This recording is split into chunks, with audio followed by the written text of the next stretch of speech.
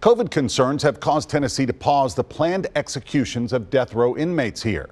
But that is not the case at the federal level, where tonight the only woman on the federal death row is getting help from a Tennessee defense team. As News Channel 5's Jason Lamb explains, they've had a lot of experience with death penalty cases here in Tennessee. 52-year-old Lisa Montgomery would be the first woman executed under the federal death penalty in nearly 70 years. Her case grabbed national headlines. Montgomery was sentenced to death in 2008 for killing 23-year-old Bobby Joe Stinnett in Missouri. Stinnett was 8 months pregnant, and Montgomery cut out Stinnett's baby from her womb while it was still alive, and Montgomery ran off with it. But Montgomery is getting legal help from attorneys based here in Tennessee. And he said the last thing he wanted to see was me smiling.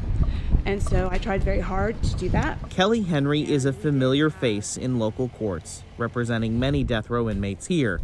Late last night, a D.C. appeals court put a pause on Montgomery's execution over concerns of how quickly the execution was scheduled. I've been doing this work for 30 years. I've never had a client with an execution date just 12 years past conviction. That's really, in the world of death penalty litigation, that's like a rocket docket. Henry says she's also concerned about a possible super spreader event inside the federal execution chamber in Terre Haute, Indiana, after 8 members of the execution team got COVID after an earlier execution. We also know that members of the execution team refused to wear masks inside the execution chamber.